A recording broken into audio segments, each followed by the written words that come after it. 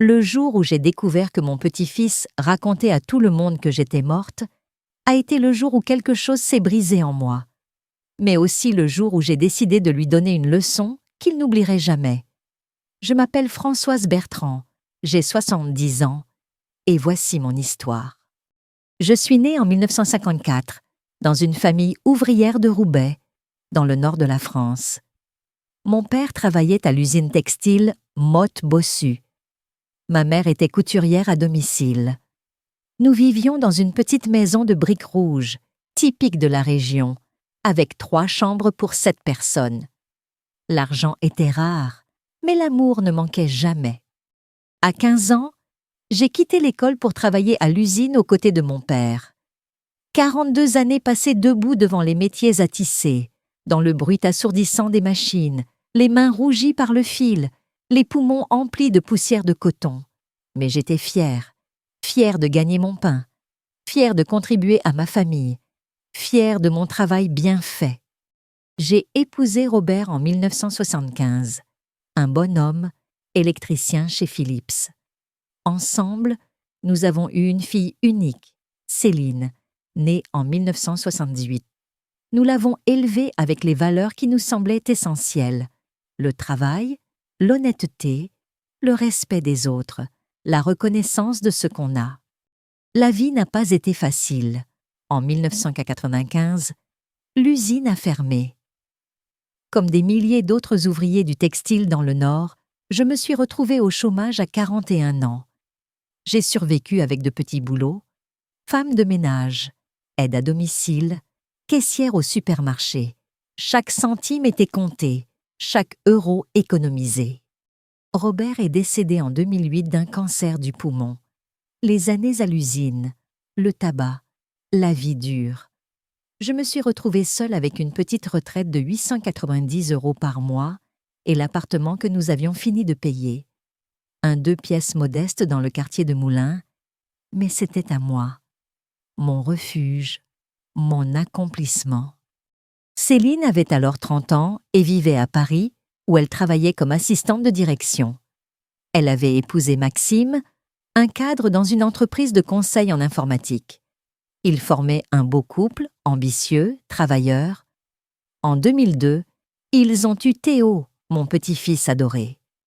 Quand Théo est né, j'ai pris le train chaque mois pour Paris, malgré le prix du billet qui amputait sérieusement mon budget. Je voulais être présente, voir grandir cet enfant qui était devenu la lumière de ma vie. Pendant ces premières années, j'étais Mamie Françoise, celle qui racontait des histoires, qui faisait des crêpes, qui consolait les chagrins. Les choses ont commencé à changer quand Céline et Maxime ont connu une ascension professionnelle fulgurante. Vers 2010, ils ont déménagé dans le 16e arrondissement, un appartement immense près de la place Victor Hugo. Théo a été inscrit dans des écoles privées prestigieuses. Leur cercle social s'est transformé. Plus d'amis de fac, mais des relations professionnelles, des couples fortunés, des week-ends dans des résidences secondaires en Normandie. J'ai senti progressivement que je ne correspondais plus à leur nouveau monde. Mes vêtements achetés au marché de Roubaix détonnaient lors des dîners familiaux. Mon accent du Nord, que je n'avais jamais essayé de perdre, semblait les gêner devant leurs amis. Mes histoires de l'usine n'intéressaient plus personne. Mais Théo, lui, venait encore me voir avec plaisir. Pendant les vacances d'été, il passait 2 semaines chez moi à Roubaix. On allait au parc Barbieux, on mangeait des frites dans des cornets en papier journal, on visitait le musée La Piscine. Il m'appelait encore Mamie Françoise, avec tendresse. Tout a basculé quand Théo est entré à Sciences Po en 2020. Il avait 18 ans et découvrait un univers qui était à 1000 lieues de Roubaix. Ses nouveaux amis étaient fils et filles de diplomates, d'entrepreneurs, d'avocats d'affaires. Théo a changé. Sa façon de parler, de s'habiller, ses centres d'intérêt. Ce n'était plus mon petit-fils qui riait en mangeant des gaufres flamandes. Les visites se sont espacées. D'abord, il venait encore pour Noël et mon anniversaire, puis seulement pour Noël, puis plus du tout. Ses appels téléphoniques sont devenus rares, expédiés. « Désolée, mamie, Je suis super occupée. On se voit bientôt. Ce bientôt n'arrivait jamais. En 2021, j'ai appris par Céline que Théo fréquentait une jeune femme nommée Camille, issue d'une famille de la haute bourgeoisie parisienne. Son père était notaire, sa mère galeriste dans le Marais. Camille était étudiante à l'ESSEC, future héritière d'un patrimoine considérable. « Maman », m'avait dit Céline au téléphone avec une gêne perceptible, « Théo nous a demandé de ne pas trop parler de nos origines devant Camille et sa famille. Tu comprends? Ils sont un peu traditionnels. Il veut faire bonne impression. » J'avais ri jaune. Ne pas parler de nos origines? Qu'est-ce qu'il y a de honteux à avoir travaillé toute sa vie? Rien, maman, bien sûr que non. Mais tu sais comment sont ces gens-là. Ils jugent. Théo veut juste éviter les complications. Les complications? J'étais devenue une complication. En septembre 2022, Céline m'a annoncé que Théo emménageait dans son propre appartement à Paris. Un studio dans le 10e arrondissement. C'est pour être plus indépendant, plus proche de Sciences Po, avait-elle expliqué. Ce qu'elle ne m'avait pas dit immédiatement, c'est que c'était moi qui payais. Théo m'avait appelé directement quelques jours plus tard. « Mamie, j'ai trouvé l'appartement parfait. C'est une occasion incroyable. Le propriétaire vend parce qu'il part à l'étranger. 45 mètres carrés, rénové, bien placé, 180 000 €. Je sais que c'est beaucoup, mais ce serait un investissement. Papa et maman peuvent t'aider un peu, mais… » J'avais compris. Il voulait que je finance son appartement. 180 000 €. C'était presque toutes mes économies. Les 42 années à l'usine, les années de privation après la fermeture, les petits boulots, tout ce que j'avais mis de côté sou par sou. Mon assurance vie, mon filet de sécurité pour mes vieux jours, pour ne pas être un fardeau pour ma fille. Théo, c'est énorme. Je ne sais pas si… S'il te plaît, mamie, tu es la seule qui peut m'aider. Papa et maman ont déjà beaucoup de charges. Cet appartement, c'est mon avenir. Je te promets que je te rembourserai quand je commencerai à travailler. Et puis, ce sera un bon placement. L'immobilier à Paris, ça ne perd jamais de valeur. Dans sa voix, j'entendais le petit garçon qui me réclamait des câlins. Comment dire non à son petit-fils? Comment refuser de l'aider à construire son avenir? J'ai vidé mon assurance vie. 175 000 € pour l'appartement, plus 5 000 pour les frais de notaire et l'ameublement.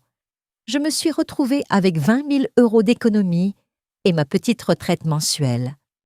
Merci, mamie. Tu es la meilleure. Je ne l'oublierai jamais. Dès que je signe chez le notaire, je t'envoie tous les papiers. J'ai attendu les papiers. Ils ne sont jamais venus. Quand j'ai demandé, Théo a toujours eu une excuse. Le notaire prend du temps. Il y a eu un problème avec le vendeur. Les papiers sont chez mes parents. Je te les apporte la prochaine fois. La prochaine fois n'arrivait toujours pas. Les mois ont passé. 2023 est arrivé. Théo ne répondait plus vraiment à mes appels. Quand je réussissais à l'avoir, c'était toujours le même refrain. Je suis débordée, mamie. Les examens, le stage, Camille. Toujours quelque chose de plus important que moi. En mars 2023, j'ai appelé Céline pour lui parler de mon inquiétude. Elle a été évasive. « Maman, Théo est jeune, il a sa vie. Tu sais comment sont les jeunes aujourd'hui, toujours occupés. » « Céline, il ne m'a même pas appelé pour mon anniversaire. » Un silence. « Je sais, maman, je lui ai dit. Il m'a dit qu'il t'enverrait un message. » Le message n'est jamais venu. Puis, en avril 2023, j'ai reçu un appel de ma voisine, Madame Dupont, une femme charmante de mon âge qui habite l'appartement d'à côté. Elle était agitée. « Françoise, il faut que je te parle. Viens prendre un thé. » Chez elle, elle m'a montré son ordinateur.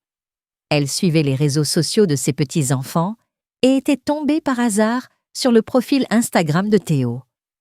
Je me suis dit que tu aimerais voir ses photos, rester un peu connectée avec lui. Ce que j'ai vu m'a coupé le souffle.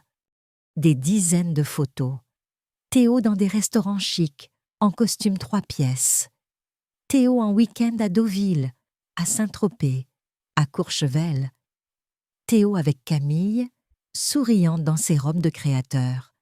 Théo dans des soirées étudiantes avec des bouteilles de champagne à 500 €. Mais ce qui m'a vraiment brisé, c'étaient les légendes sous certaines photos. Sous une photo de lui devant un restaurant étoilé, quand on vient de nulle part, on apprécie encore plus ce qu'on construit. Sous une photo de lui en costume sur les Champs-Élysées, self-made man, parti de zéro, arrivé ici par le travail et la détermination. Parti de zéro, avec mes 180 000 €. Mais le pire était à venir. Madame Dupont a cliqué sur un autre post daté de février. Une photo de Théo et Camille en tenue de soirée, visiblement à un événement mondain. La légende disait « Premier gala de charité avec mon amour, orphelin de grand-mère depuis longtemps. Je sais la valeur de la famille qu'on se crée. Grateful, new beginnings. » Orphelin de grand-mère. Je me suis sentie physiquement malade. Mon cœur battait trop vite. Mes mains tremblaient. Madame Dupont m'a prise par les épaules. « Françoise, je suis tellement désolée. Je ne savais pas. Je pensais qu'il y avait juste de la distance entre vous, pas ça. » Je suis rentrée chez moi dans un brouillard. Je me suis assise sur mon canapé, celui que Robert et moi avions acheté en 1985 et qui était maintenant élimé, mais toujours confortable, et j'ai pleuré. Pas doucement, pas dignement. J'ai pleuré comme on pleure quand quelque chose meurt à l'intérieur de soi. Mon petit-fils, celui que j'avais porté dans mes bras, à qui j'avais appris à faire du vélo dans le parc Barbieux, pour qui j'avais vidé mes économies, me reniait. Plus que ça, il me tuait symboliquement pour mieux s'intégrer dans un monde qui trouvait mes origines trop humbles. Cette nuit-là, j'ai très peu dormi. Mais dans l'insomnie et les larmes, quelque chose d'autre a germé. Une colère froide, une détermination. J'avais passé 70 ans à être gentille, à m'effacer, à accepter. À l'usine, j'acceptais les remarques des contremaîtres. Dans ma vie personnelle, j'acceptais d'être reléguée au second plan. Même dans ma propre famille, j'acceptais de devenir invisible. Mais là, c'en était trop. Si Théo avait honte de moi, s'il préférait raconter que j'étais morte, alors il allait découvrir que les fantômes peuvent parfois revenir, et que les grands-mères du Nord, même à 70 ans, ont plus d'un tour dans leur sac. Le lendemain matin, j'ai appelé Céline. « Ma chérie, j'ai besoin que tu me dises la vérité. Est-ce que Théo t'a dit quelque chose sur moi? Sur le fait qu'il ne voulait plus me voir? » Elle a hésité trop longtemps. « Maman, écoute. Est-ce qu'il t'a demandé de ne pas parler de moi à Camille et à sa famille? » Un soupir. Il a dit qu'il préférait simplifier les choses, que c'était plus facile de dire que ses grands-parents étaient tous décédés, que ça évitait les questions compliquées sur les origines familiales. « Et toi, tu as accepté ça? » « Maman, je ne voulais pas créer de conflit. Il est jeune, il cherche sa place. Je me suis dit que ça passerait. En m'effaçant de votre vie, en me tuant symboliquement? Ce n'est pas... » « Si, Céline, c'est exactement ça. Et tu sais quoi? J'ai besoin des papiers de l'appartement, les papiers du notaire prouvant que c'est à Théo. » Un silence. « Maman, il n'y a pas vraiment de papiers. » Mon sang s'est glacé. « Comment ça, pas de papier? L'appartement n'est pas à son nom. Maxime et moi l'avons acheté. Ton argent, on l'a utilisé pour financer l'achat, mais légalement, c'est à nous. On a pensé que ce serait mieux pour des raisons fiscales. Théo l'occupe gratuitement. » Donc, non seulement mon petit-fils me reniait, mais ma propre fille et son mari m'avaient menti. Mes 180 000 € avaient servi à acheter un appartement qui ne serait jamais au nom de Théo et sur lequel je n'avais aucun droit. « Pourquoi tu ne me l'as pas dit? » « Parce que je savais que tu refuserais. Maman, tu sais combien l'immobilier coûte à Paris. C'était une opportunité. Et puis, c'est pour Théo au final. » Au final, peut-être. Mais aujourd'hui, C'est vous qui êtes propriétaire d'un bien que j'ai payé. » J'ai raccroché, mes mains ne tremblaient plus. J'étais dans cet état de calme glacial qui vient quand la colère a dépassé le stade de l'émotion pour devenir quelque chose de plus pur, de plus focalisé. J'avais été naïve, j'avais été trop bonne. J'avais laissé l'amour maternel et grand-maternel me rendre aveugle. Il était temps de reprendre le contrôle. Les jours suivants, j'ai mené ma petite enquête. Internet est une ressource formidable quand on sait l'utiliser. Ma voisine, Madame Dupont, qui est bien plus à l'aise avec ces technologies que moi, m'a aidée. Nous avons épluché le profil Instagram de Théo, ses amis, les événements qu'il fréquentait. Nous avons découvert que Camille avait également un profil public, tout comme plusieurs de leurs amis communs. C'est comme ça que j'ai appris qu'un grand gala de charité, organisé par l'école de commerce de Camille, aurait lieu le 15 mai 2023 au pavillon d'Armenonville, dans le bois de Boulogne. Un événement mondain pour lever des fonds pour une association d'aide aux enfants défavorisés. L'ironie n'a échappé à personne. Sur les photos de l'édition précédente, on voyait des jeunes gens en smoking et robe de soirée, des parents fortunés, des professeurs, quelques personnalités du monde des affaires parisiennes. Exactement le genre d'événement où Théo voulait être vu. Et effectivement, sur le profil de Camille, un post annonçait « Tellement excité pour le gala de l'ESSEC. Mon amour et moi serons là pour soutenir cette belle cause. Théo P. Bertrand. » Mon plan a commencé à se former. Pour participer au gala, il fallait acheter un billet. 500 € la place. Une somme énorme pour moi, mais nécessaire. J'ai appelé les organisateurs en me présentant comme une donatrice intéressée. Une charmante jeune femme m'a confirmé qu'il restait quelques places et m'a envoyé le lien pour l'achat. 500 € de ma maigre réserve, mais ça en valait la peine. Ensuite, il fallait que je sois présentable. Pas pour eux, mais pour moi. Pour que personne ne puisse dire que j'avais l'air misérable ou déplacée. J'ai appelé ma vieille amie Martine, celle avec qui j'avais travaillé à l'usine pendant 20 ans. Martine avait toujours eu du goût pour la mode, et contrairement à moi, elle avait gardé une garde-robe élégante. « Françoise, qu'est-ce qui se passe? Tu veux aller à un gala ?» Je lui ai tout raconté. Théo, l'argent, le reniement, ma mort symbolique sur Instagram, le mensonge de Céline. « Ces petits salauds !» a craché Martine, avec la verdeur du langage qu'on n'a jamais perdu de nos années d'usine. « Tu vas leur donner une leçon ?»« Oh oui. »« Alors laisse-moi t'aider. On va te rendre magnifique. » Le 14 mai, la veille du gala, Martine est arrivée chez moi avec 3 grandes valises. Elle avait fait le tour de ses amis et avait rassemblé plusieurs options de tenues de soirée. Nous avons passé l'après-midi à essayer des robes. La première était trop jeune, la deuxième trop flashy.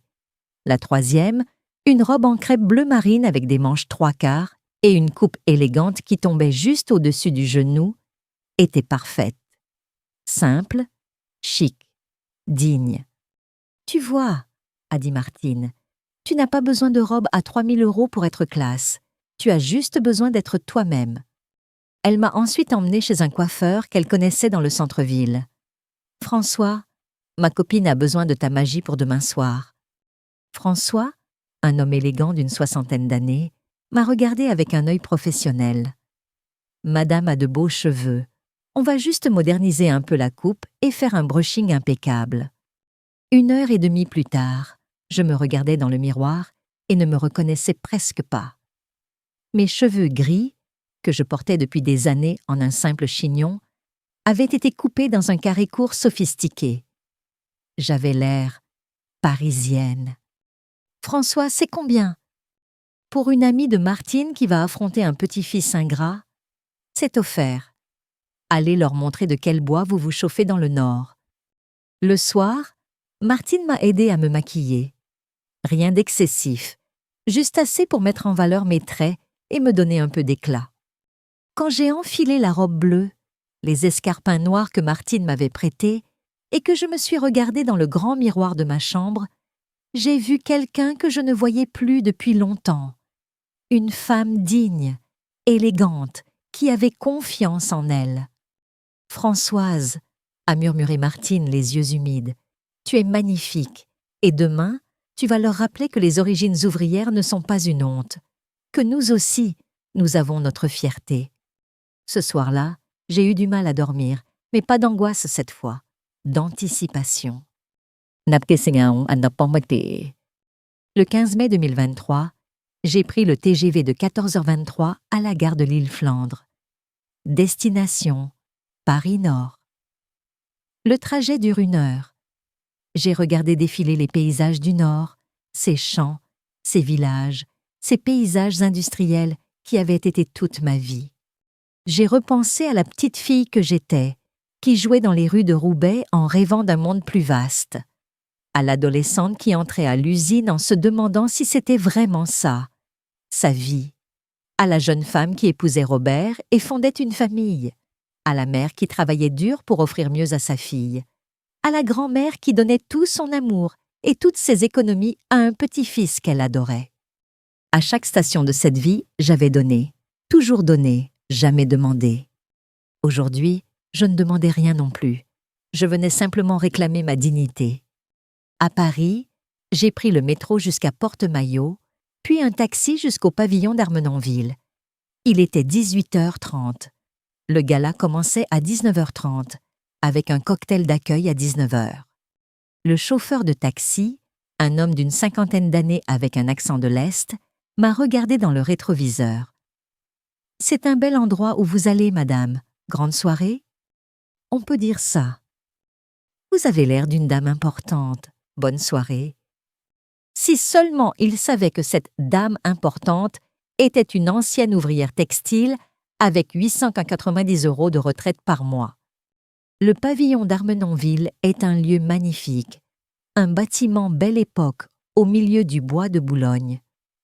Quand le taxi m'a déposé, j'ai vu les premières voitures arriver.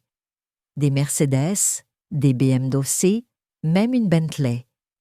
Des couples élégants descendaient, les femmes en robe de grand couturier, les hommes en smoking. J'ai pris une grande inspiration et je suis entrée. À l'accueil, j'ai donné mon nom. Françoise Bertrand. La jeune femme a vérifié sur sa liste. « Ah oui, Madame Bertrand, bienvenue. Votre table est la numéro 12. Le cocktail est dans le grand salon. » J'ai pris le petit plan qu'elle me tendait et je me suis dirigée vers le grand salon. L'endroit était somptueux. Des lustres en cristal, des tentures de velours, des arrangements floraux de plusieurs mètres de haut. Des serveurs en livrée circulaient avec des plateaux de champagne et de petits fours qui coûtaient probablement plus cher que mon repas moyen. Il y avait déjà une 50aine de personnes discutant par petits groupes. J'ai reconnu quelques visages vus sur Instagram, des amis de Camille, des professeurs de l'ESSEC, quelques parents. Mais pas encore Théo et Camille.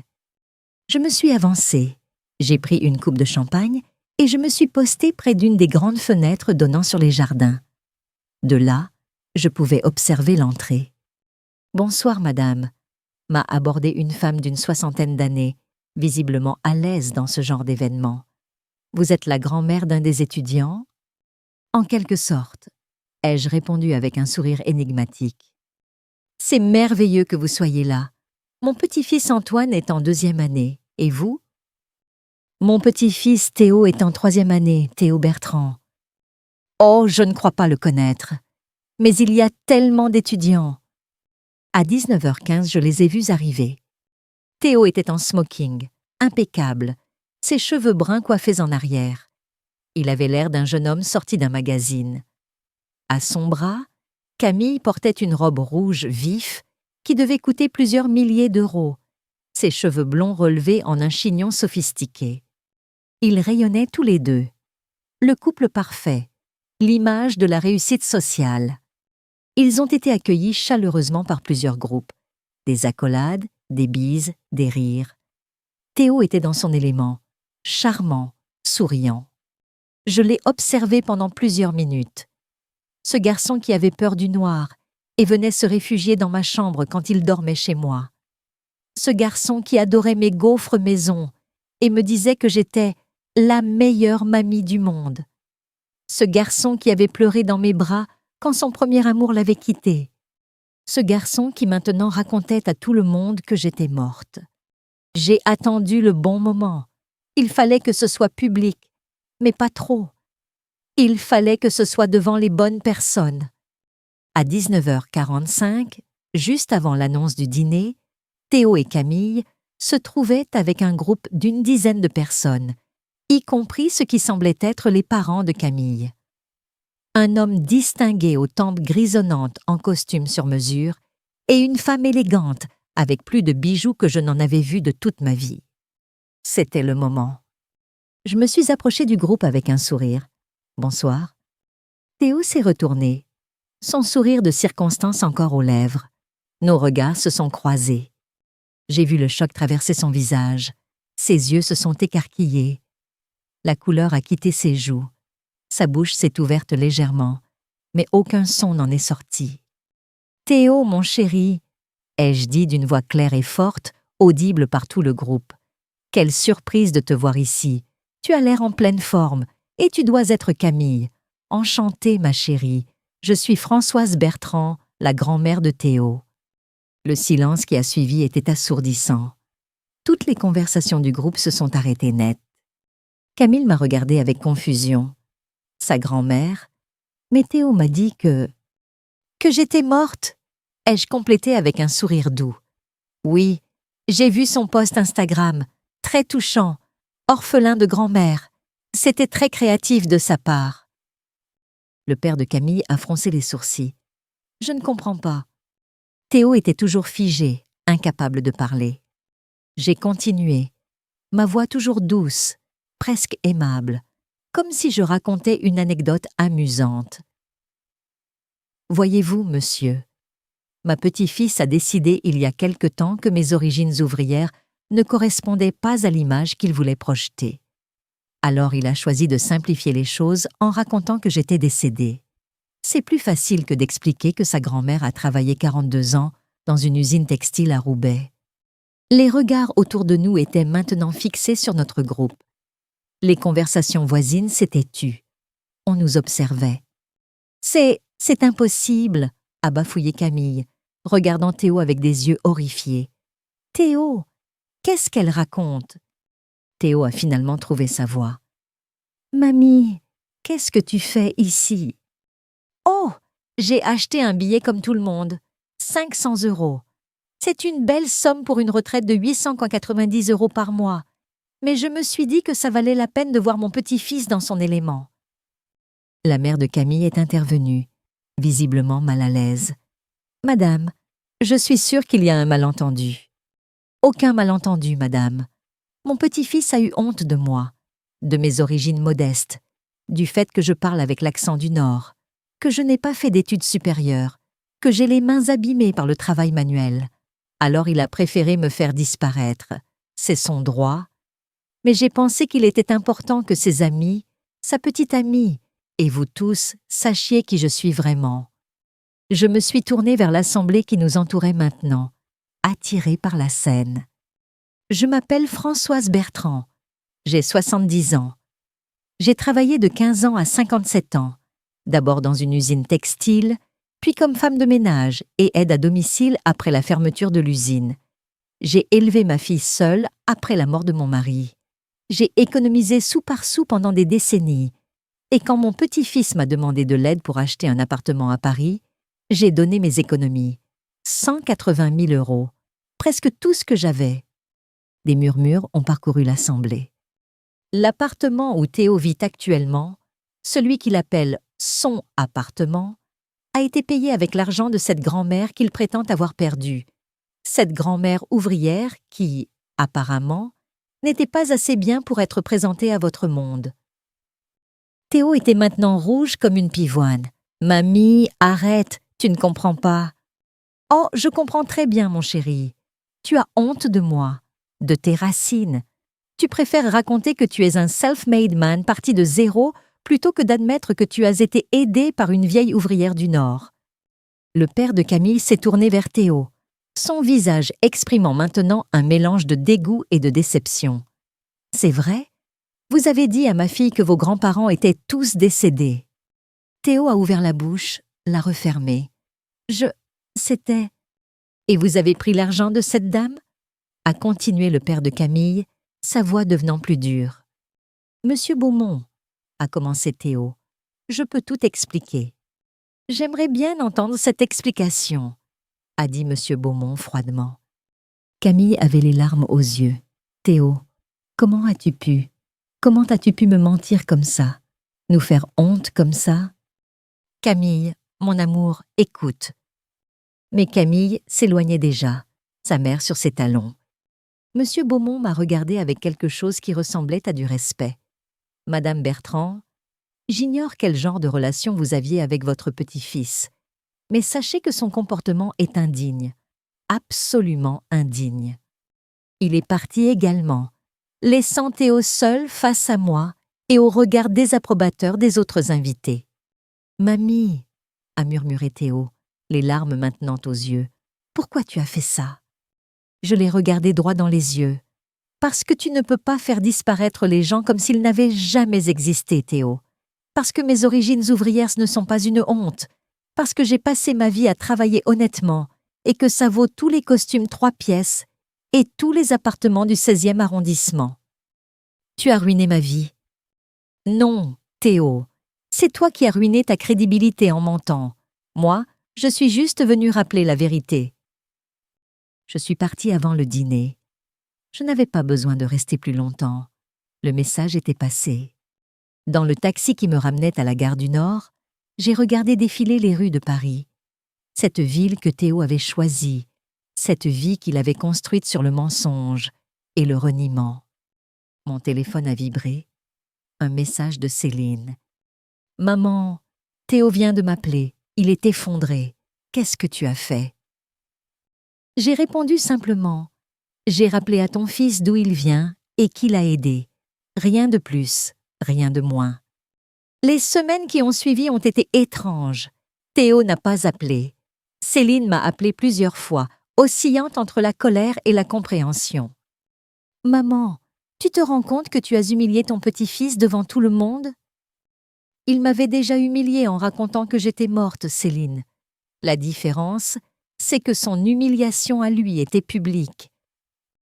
Il est jeune, il a fait une erreur. Une erreur, c'est oublier mon anniversaire. Ce qu'il a fait, c'était délibéré, calculé. Il m'a effacée parce qu'il avait honte de moi. Un silence. Je sais, maman, tu as raison, mais quand même, la manière... La manière? Quelle manière aurais-je dû employer? Lui envoyer une petite lettre qu'il n'aurait pas lue? L'appeler pour qu'il ne réponde pas? Non, Céline, il fallait que ce soit public parce que son reniement était public. Céline a soupiré. Camille a rompu avec lui. Ses amis de Sciences Po le regardent bizarrement. Il dit qu'il ne peut plus aller aux événements sociaux. Une partie de moi, la grand-mère qui l'aimait encore, a ressenti de la peine. Mais une autre partie, celle qui avait été tuée symboliquement, pensait « Bien, il apprendra peut-être quelque chose », ai-je dit. En juin, j'ai reçu une lettre. Une vraie lettre, écrite à la main, avec l'écriture de Théo. « Chère mamie, je ne sais pas par où commencer. Je ne sais même pas si tu liras cette lettre ou si tu la déchireras directement. Tu avais raison, surtout. Ces dernières semaines ont été les pires de ma vie, mais aussi les plus éclairantes. Après ta venue au gala, tout mon monde s'est effondré. Camille m'a quittée. Ses parents ont refusé de me revoir. Mes amis me regardent différemment. Certains ne me parlent même plus. Au début, j'étais en colère contre toi. Je pensais que tu avais ruiné ma vie par vengeance. Mais plus les jours passaient, plus je réalisais que ce n'était pas toi qui avais tout détruit. C'était moi. En essayant de devenir quelqu'un d'autre, quelqu'un qui correspondait à l'image que je pensais devoir avoir pour être accepté dans ce monde, j'ai trahi les personnes qui m'aimaient vraiment. Je t'ai trahi, toi qui m'as tout donné. Pas seulement ton argent, mais ton amour, ton temps, ta patience. Je me souviens de ces étés à Roubaix quand j'étais petit. Tu me racontais des histoires de l'usine, de grand-père Robert, de ta vie. Je t'écoutais avec fascination. À quel moment ai-je décidé que cette histoire n'était pas assez bien? À quel moment suis-je devenu ce garçon qui avait honte de ses racines? Je ne demande pas ton pardon, je ne le mérite pas, mais je voulais que tu saches que j'ai compris. Tu m'as donné la plus importante leçon de ma vie, même si c'était douloureux. J'ai quitté l'appartement. Je ne pouvais plus y vivre en sachant comment il avait été payé et comment je t'avais traité après. Je loue maintenant un petit studio dans le 19e arrondissement avec mon propre argent gagné en donnant des cours particuliers. J'ai également changé d'orientation. Je ne veux plus travailler dans le conseil ou la finance. Je veux faire quelque chose qui a du sens. J'ai demandé un transfert pour un master en travail social. Je veux aider les gens, vraiment les aider. Comme toi, tu as aidé tant de personnes dans ta vie. Camille me manque, mais je réalise maintenant que notre relation était basée sur une image fausse. Elle ne connaissait pas le vrai Théo. Elle connaissait la version que j'avais créée, celle qui correspondait à son monde. Le vrai Théo, c'est le petit-fils de Françoise Bertrand, ouvrière textile de Roubaix. C'est un garçon qui vient d'une famille modeste, mais aimante. Un garçon qui devrait être fier de ses origines et non en avoir honte. Je ne sais pas si un jour tu pourras me pardonner. Je ne sais pas si je pourrai un jour me pardonner moi-même. Mais je voulais que tu saches que je suis désolée. Vraiment, profondément désolée. Je t'aime, mamie. Je ne te l'ai pas dit depuis longtemps, mais c'est vrai. Et j'espère qu'un jour, peut-être, je pourrai te le prouver. Ton petit-fils qui t'a fait du mal, mais qui essaye d'apprendre, Théo. PS. J'ai joint un premier chèque de 200 €. C'est le début du remboursement de ce que je te dois. Ça prendra du temps, peut-être des années, mais je rembourserai jusqu'au dernier centime. J'ai lu cette lettre 3 fois. À la 3e lecture, j'ai pleuré. Pas de tristesse cette fois, mais d'un mélange complexe d'émotions. Le pardon n'est pas quelque chose qui arrive en un instant. Ce n'est pas un interrupteur qu'on allume. C'est un processus lent, compliqué, fait d'avancées et de reculs. Est-ce que j'ai pardonné à Théo ce jour-là? Non. La blessure était trop profonde. Mais est-ce que j'ai commencé à entrevoir un chemin vers le pardon? Peut-être. J'ai pris mon téléphone et j'ai écrit un message court. J'ai reçu ta lettre. On en reparlera, mamie Françoise. Ce n'était pas beaucoup, mais c'était un début. Aujourd'hui, en écrivant cette histoire, nous sommes en septembre 2024. 16 mois se sont écoulés depuis le gala. Théo et moi nous sommes revus. Pas immédiatement, pas précipitamment. D'abord quelques messages, puis un appel téléphonique maladroit, puis un café à Paris, tendu et rempli de silence.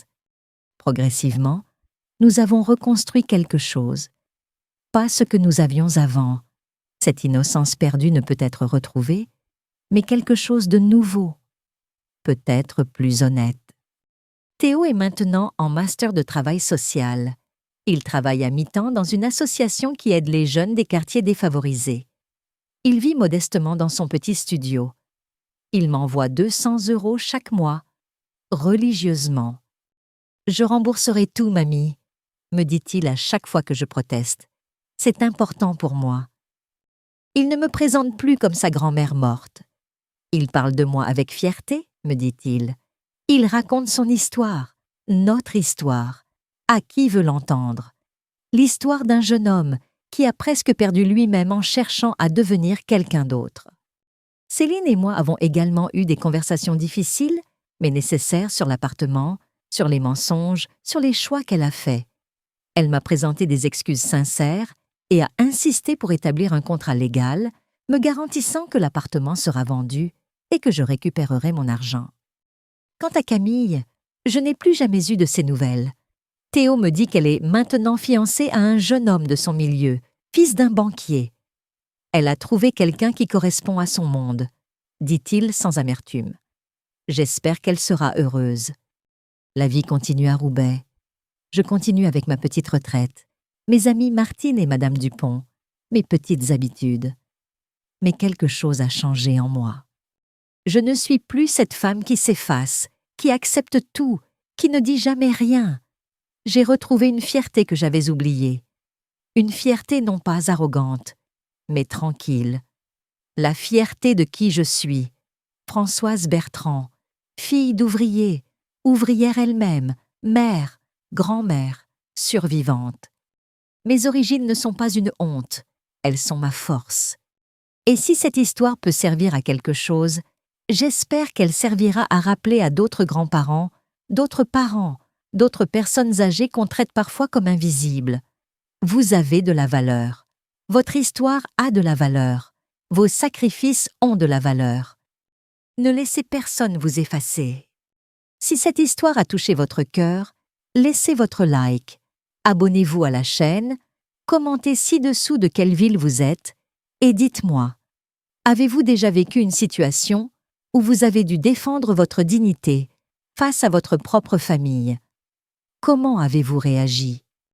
Votre message peut égayer la journée de quelqu'un et lui donner le courage de se défendre. Avec toute mon affection, Françoise.